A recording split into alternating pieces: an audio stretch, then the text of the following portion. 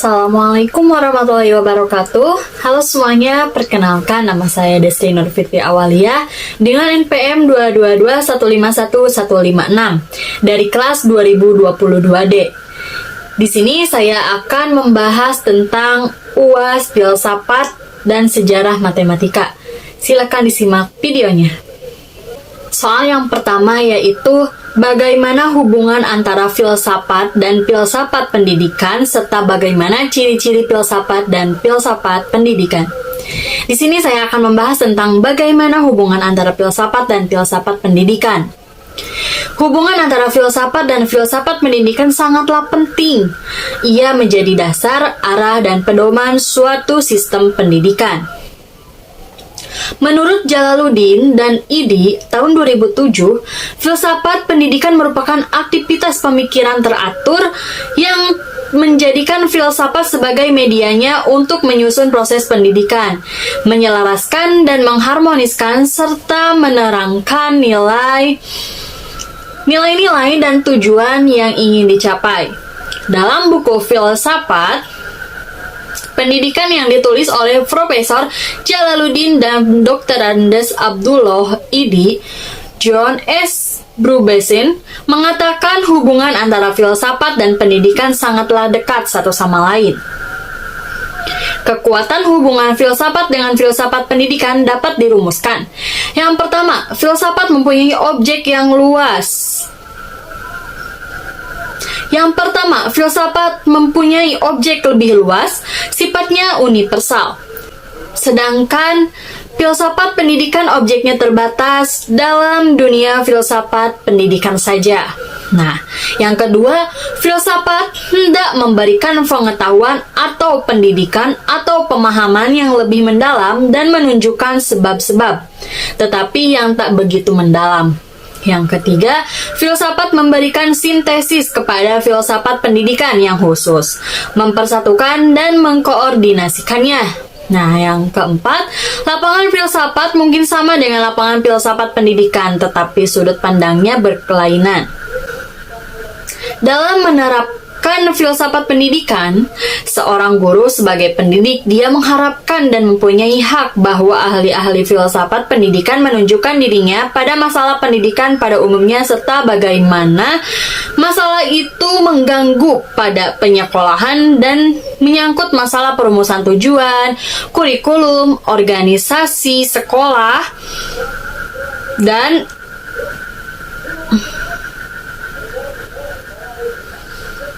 organisasi sekolah dan sebagainya. Brubaser tahun 1950 mengemukakan tentang hubungan antara filsafat dengan filsafat pendidikan. Dalam hal ini, pendidikan bahwa filsafat tidak hanya melahirkan sains atau pengetahuan baru, melainkan juga melahirkan filsafat pendidikan. Filsafat merupakan kegiatan berpikir manusia yang berusaha untuk mencapai kebijakan dan kearifan. Sedangkan filsafat pendidikan merupakan ilmu yang pada hakikatnya jawaban dari pertanyaan-pertanyaan yang timbul dalam lapangan pendidikan.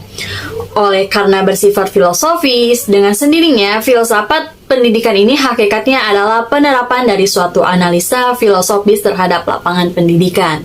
Sekarang kita membahas ciri-ciri filsafat dan filsafat pendidikan. Ciri-ciri filsafat secara umum. Yang pertama, implikatif. Ilmu filsafat sering memikirkan akibat yang didapatkan dari suatu pemikiran.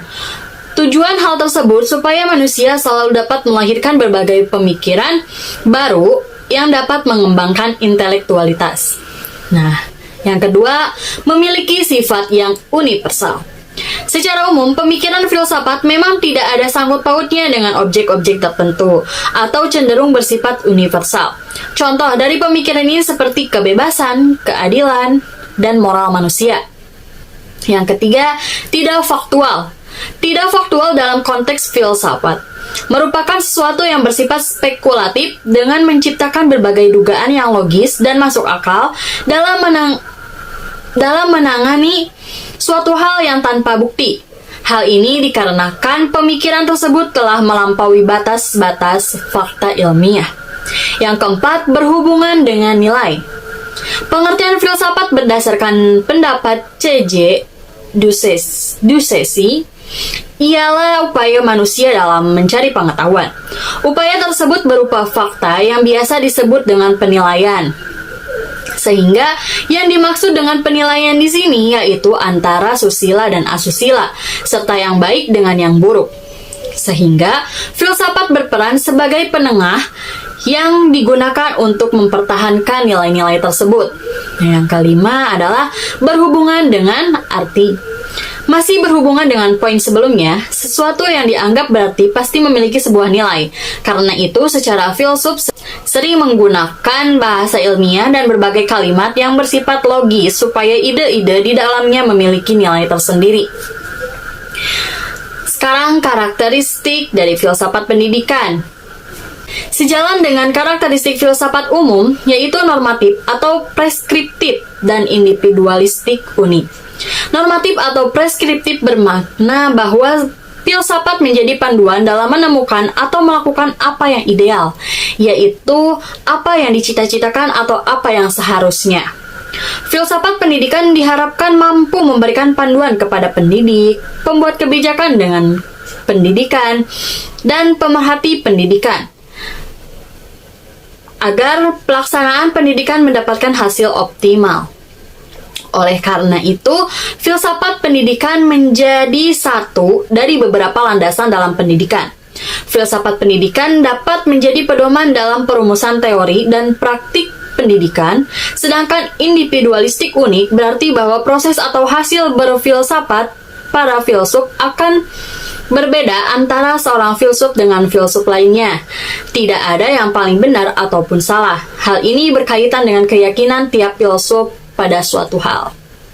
Soal yang kedua yaitu jelaskan perbedaan antara filsafat matematika dengan filsafat pendidikan matematika. Filsafat matematika adalah cabang dari filsafat yang mengkaji anggapan-anggapan filsafat, dasar-dasar, dan dampak-dampak matematika. Tujuan dari filsafat matematika adalah untuk memberikan rekaman sifat dan metodologi matematika dan untuk memahami kedudukan matematika di dalam kehidupan manusia. Bidang pengetahuan yang disebut filsafat matematika adalah hasil pemikiran filsafati yang sasarannya ialah matematika itu sendiri. Filsafat dan matematika sudah tidak diragukan lagi bahwa sejak dulu sampai sekarang kedua bidang pengetahuan ini sangat erat hubungannya.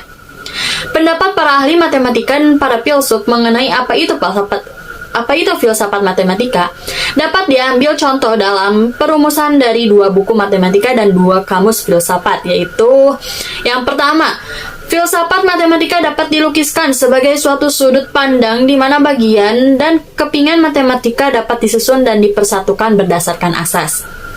Yang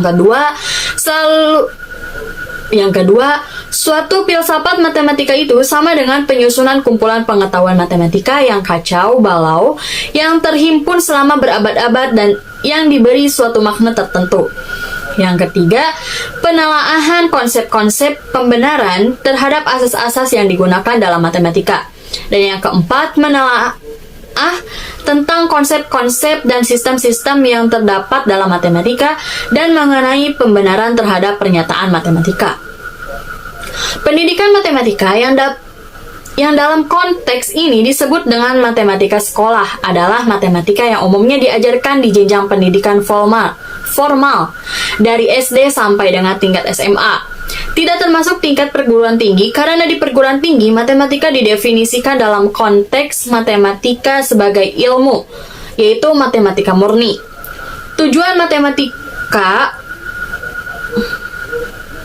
Tujuan pendidikan matematika hendaknya mencakup keadilan sosial melalui pengembangan demokrasi pemikiran kritis dalam matematika. Siswa seharusnya mengembangkan kemampuan yang mereka miliki untuk menganalisis masalah matematika. Pendidikan matematika hendaknya dapat menguatkan siswa. Hal ini berarti siswa berpikir matematika dalam kehidupan sehari-hari serta mampu menggunakannya sebagai praktik pencapaian matematika. Pendidikan matematika mempersoalkan permasalahan-permasalahan. Yang pertama, sifat-sifat dasar matematika. Yang kedua, sejarah matematika. Yang ketiga, psikologi belajar matematika. Yang keempat, teori mengajar matematika. Yang kelima, psikologis anak dalam kaitannya dengan pertumbuhan konsep matematis. Yang keenam, pengembangan kurikulum matematika sekolah. Dan yang ketujuh, penerapan kurikulum matematika di sekolah. Baik, di sini ada tabel, yaitu tabel tentang perbedaan karakteristik antara matematika dan pendidikan manusia dan pendidikan matematika. Nah, karakteristik matematika yang pertama memiliki objek kajian yang abstrak, yang kedua pola pikirnya deduktif, yang ketiga kebenaran konsistensi, yang keempat bertumpu pada kesepakatan, yang kelima memiliki simbol kosong dari arti sebelum masuk semesta tertentu, dan yang terakhir taat kepada semestanya. Nah, karakteristik pada pendidikan matematika yang pertama, memiliki objek kajian yang konkret dan abstrak, yang kedua pola pikirnya deduktif dan induktif, ketiga kebenaran konsistensi dan korelasional, yang keempat bertumpu pada kesepakatan, yang kelima memiliki simbol kosong dari arti dan juga berarti atau berarti sudah termasuk dalam semesta tertentu. Dan yang terakhir, taat kepada semestanya dan bahkan digunakan untuk membedakan tingkat atau jenjang sekolah. Lanjut ke soal yang ketiga, yaitu apa tujuan dan fungsi filsafat pendidikan? Mengapa calon guru harus mempelajari filsafat pendidikan? Jelaskan. Nah, tujuan filsafat pendidikan yang pertama, membantu menemukan masalah-masalah pendidikan dan sekaligus memberikan cara untuk mengatasinya. Karena filsafat pendidikan dapat menunjukkan alternatif-alternatif pemecahan masalah pendidikan, seperti masalah rendahnya mutu pendidikan, tidak efektifnya proses belajar mengajar, rendahnya mutu pendidikan, masih banyaknya buta huruf, dan sebagainya. Yang kedua, memberikan informasi yang komprehensif, mendalam, dan sistematik tentang hal-hal yang harus dipertimbangkan dalam merumuskan dan mendesain konsep pendidikan. Yang ketiga, memberikan dorongan bagi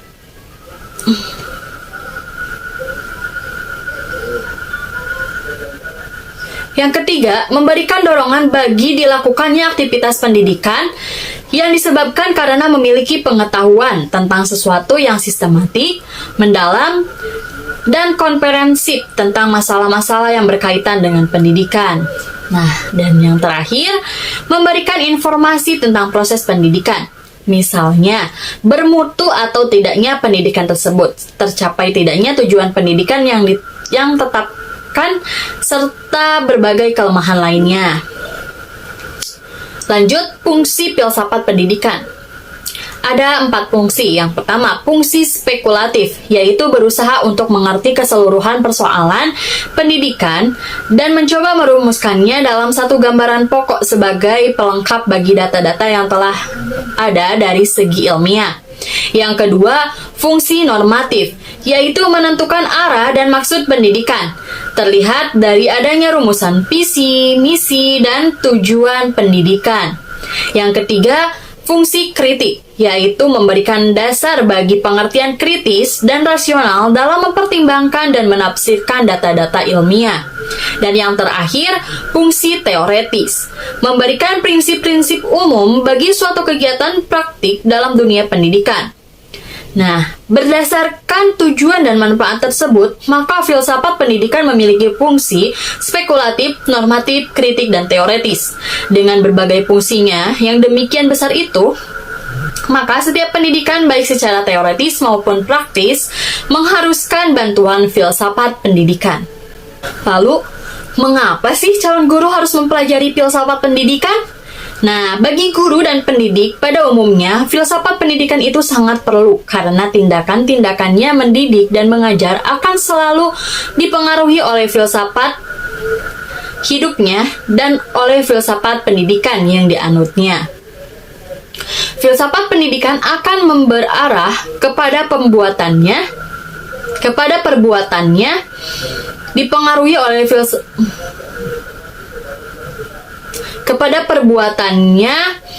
mendidik dan mengajar. Misal dalam menyusun kurikulum sekolah, guru harus jelas merumuskan tujuan kurikulum itu, dan untuk itu ia harus merujuk kepada filsafat pendidikannya. Perlakuannya terhadap siswa merupakan relasi filsafatnya. Gaya mengajarnya juga akan dipengaruhi oleh filsafatnya yang dianutnya. Seorang guru seharusnya memiliki sifat hidup dan filsafat pendidikan yang jelas, yang merupakan bagian dari kepribadiannya. Oleh karena itu, bagi seorang mahasiswa, calon guru mempelajari ilmu filsafat dan ilmu filsafat pendidikan adalah perlu, bukan saja memperluas wawasannya mengenai pendidikan serta membantunya dalam memahami siswa dan mengembangkannya gaya belajar yang tepat, tetapi juga dapat menyadarkan mengenai makna dari berbagai aspek kehidupan manusia. Dan yang lebih penting lagi, bahwa sikap dan tindakan yang mencerminkan filsafatnya akan berpengaruh kepada siswanya. Disinilah peran yang sangat esensial dari seorang guru. Pendidikan membutuhkan filsafat karena masalah-masalah pendidikan tidak hanya menyangkut pelaksanaan pendidikan yang dibatasi pengalaman,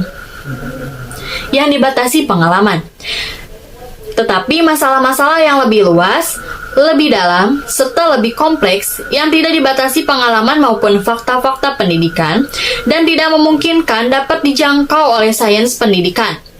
Seorang guru, baik sebagai pribadi maupun sebagai pelaksana pendidikan, perlu mengetahui filsafat pendidikan. Seorang guru perlu memahami dan tidak boleh buta terhadap filsafat pendidikan, karena guru sebagai pribadi mempunyai tujuan hidupnya dan karena tujuan pendidikan senantiasa berhubungan langsung dengan tujuan hidup dan kehidupan individu maupun masyarakat yang menyelenggarakan pendidikan. Tujuan pendidikan perlu dipahami dalam hubungan dengan tujuan hidup. Nah, guru sebagai pribadi mempunyai tujuan hidup dan guru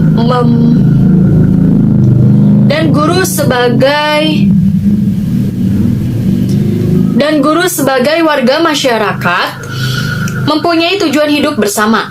Filsafat pendidikan harus mampu memberikan pedoman kepada para pendidik atau guru. Hal tersebut akan mewarnai sikap perilakunya dalam mengelola proses belajar mengajar atau PBM.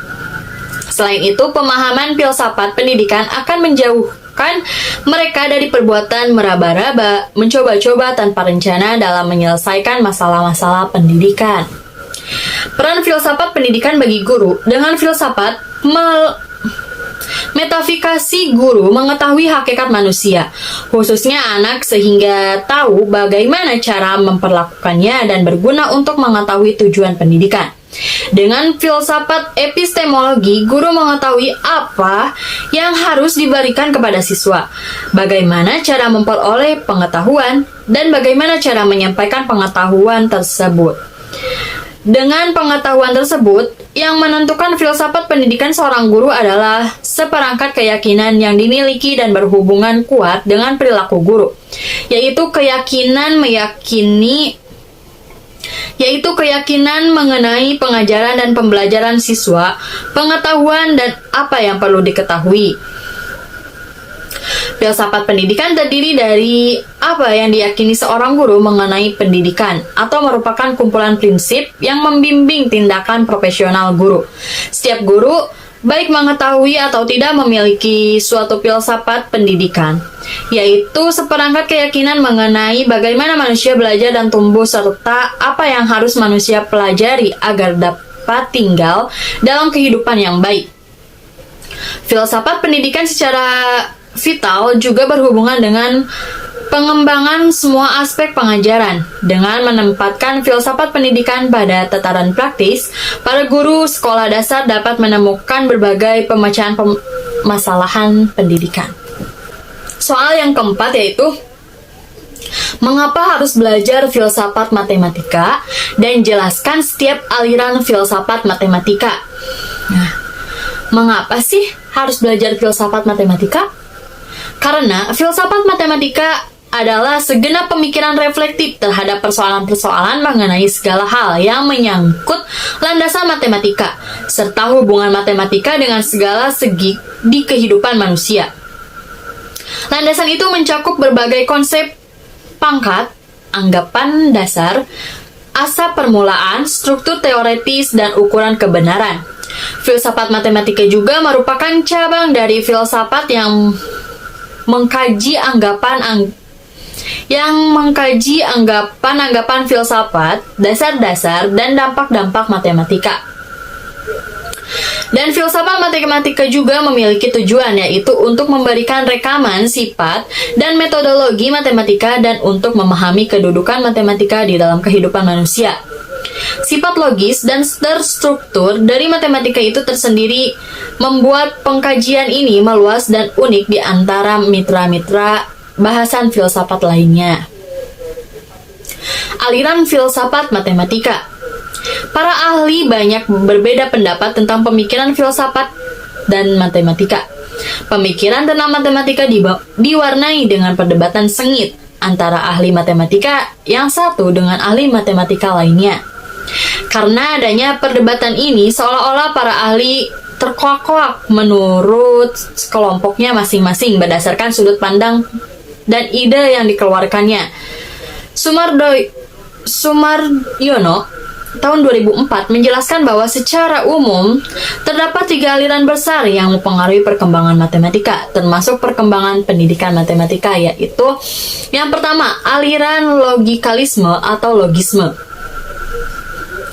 Logisme memandang bahwa matematika sebagai bagian dari logika. Penganutnya antara lain G. Leibniz, G. Frege, B. Russell, Ian Whitehead, dan R. Carnap. Logisme dipelopori oleh filsuf Inggris bernama Bertrand Arthur William Russell.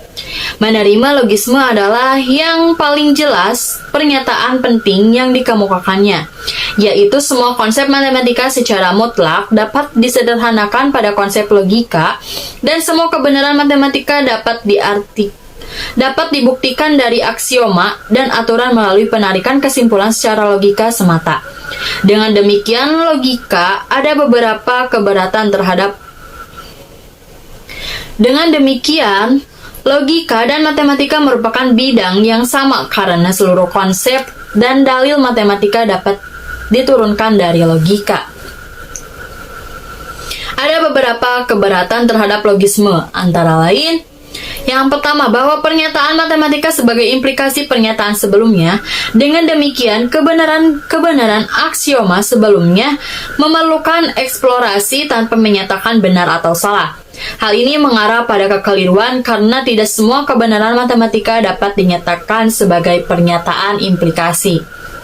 Yang kedua, teorema ketidaksempurnaan Gödel menyatakan bahwa bukti deduktif tidak cukup untuk mendemonstrasikan semua kebenaran matematika. Oleh karena itu, reduksi yang sukses mengenai aksioma matematika melalui logika belum cukup untuk menurunkan semua kebenaran matematika. Yang ketiga, kepastian dan keajegan logika bergantung kepada asumsi yang tidak terurai dan tidak terjustifikasi. Program logisis mengurangi kepastian pengetahuan matematika dan merupakan kegagalan prinsip dari logisme. Logika tidak menyediakan suatu dasar tertentu untuk pengetahuan matematika. Kedua, aliran formalisme. Landasan matematika formalisme dipelopori oleh ahli matematika dasar dari Jerman, yaitu David Hilbert. Menurut aliran ini, sifat alami dari matematika ialah sebagai sistem lambang yang formal. Matematika bersangkut paut dengan sifat-sifat struktural dari simbol-simbol dan proses pengolahan terhadap lambang-lambang itu. Simbol-simbol dianggap mewakili berbagai sasarannya yang menjadi objek matematika. Bilangan-bilangan misalnya dipandang sebagai sifat-sifat struktural yang paling sederhana dari benda-benda. Menurut Ernest, tahun 1991, formalis memiliki dua tesis, yaitu yang pertama, matematika dapat dinyatakan sebagai sistem formal yang tidak dapat ditafsirkan sembarangan. Kebenaran matematika disajikan melalui teorema-teorema formal. Dan yang kedua, keamanan dari sistem formal ini dapat didemonstrasikan dengan terbebasnya dari ketidakkonsistenan. Berdasarkan landasan pemikiran itu, seorang pendukung aliran formalisme merumuskan matematika sebagai ilmu tentang sistem-sistem formal, walaupun semua sistem matematika masih menggunakan sistem aksioma. Tetapi menganggap matematika sebagai konsep formalisme tidak diterima oleh beberapa ahli. Keberatan bermula ketika Gödel membuktikan bahwa tidak mungkin bisa membuat sistem yang lengkap dan konsisten dalam dirinya sendiri. Pernyataan ini dikenal dengan teorema ketidaklengkapan Gödel, atau Gödel's incompletency theorem. Dan yang ketiga, aliran intuitonisme. Aliran intuitonisme yang dipelopori oleh ahli matematik dari Belanda, yaitu Louisen Egbertus Jan Boer. Beliau berpendirian bahwa matematika adalah sama dengan bagian yang eksak dari pemikiran matematika. Ketetapan matematika terletak dalam akal manusia dan tidak pada simbol-simbol di atas kertas. Selanjutnya, intuisionis menyatakan bahwa objek segala sesuatu termasuk matematika, keberadaannya hanya terdapat pada pikiran kita, sedangkan secara eksternal dianggap tidak bisa. Dalam pemikiran intuitionisme, matematika berlandaskan suatu dasar mengenai kemungkinan untuk membangun sebuah seri bilangan yang tak terbatas. Pernyataan ini pada hakikatnya merupakan suatu aktivitas berpikir yang tak tergantung pada pengalaman, bebas dari bahasa dan simbolis, serta bersifat objektif. Soal yang terakhir yaitu nomor 5, bagaimana filsafat bisa menjelaskan hubungannya dengan matematika? Pendapat bahwa filsafat merupakan ayah ibu dari matematika adalah keliru. Matematika tidak pernah lahir dari filsafat, melainkan keduanya berkembang bersama-sama dengan saling memberikan persoalan-persoalan sebagai bahan masuk dan umpan balik.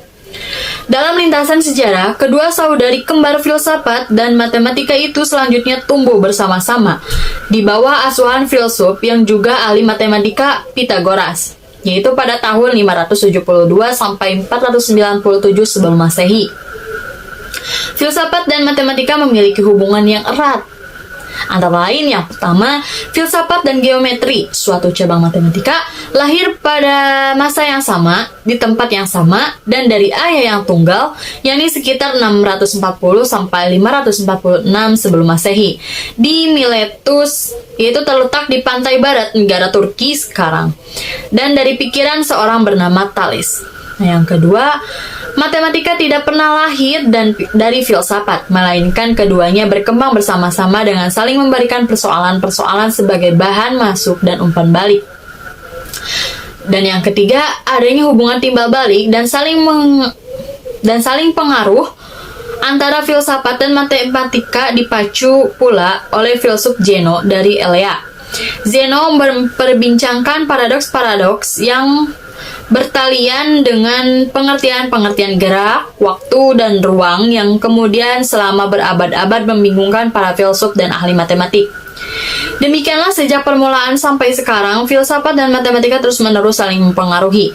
Filsafat mendorong perkembangan matematika dan sebaliknya matematika juga memacu pertumbuhan filsafat. Sekian pemaparan soal UAS. Semoga bermanfaat bagi kita semua. Mohon maaf bila ada kesalahan. Wassalamualaikum warahmatullahi wabarakatuh. Bye-bye.